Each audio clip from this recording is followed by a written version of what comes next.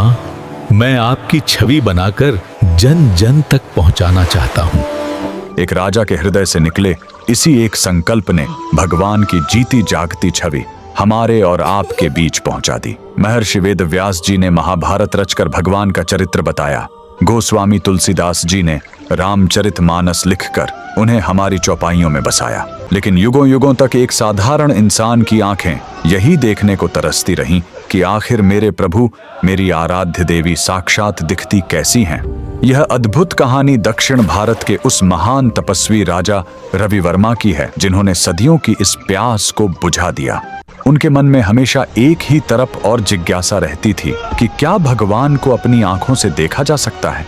अपनी इसी पीड़ा को लेकर राजा रवि वर्मा हर रोज एक शांत नदी के किनारे चले जाते।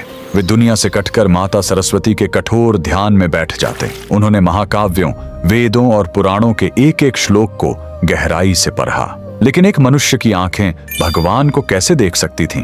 दिन रात की पुकार और उनकी असीम भक्ति से आखिर एक दिन ब्रह्मांड की ऊर्जा जाग उठी। उनकी तपस्या से प्रसन्न होकर साक्षात माता सरस्वती ने उनके भीतर एक दिव्य चेतना जागृत कर दी। और फिर उस नदी किनारे एक ऐसा चमत्कार हुआ जो इतिहास बन गया। राजा रवि वर्मा के बंद नेत्रों के सामने देवलोक के द्वार खुल गए। उन्हें वो अलौकिक दर्शन प्राप्त हुए जहां उन्होंने मन की आंखों से देखा कमल पर विराजमान धन और वैभव की देवी माता लक्ष्मी की करुणा, वीणा लिए स्वयं माता सरस्वती का सौम्य रूप, श्री कृष्ण की वो मनमोहने वाली मूरत, भगवान शिव का शांत रूप और श्री राम और माता सीता की वो अलौकिक मुस्कान।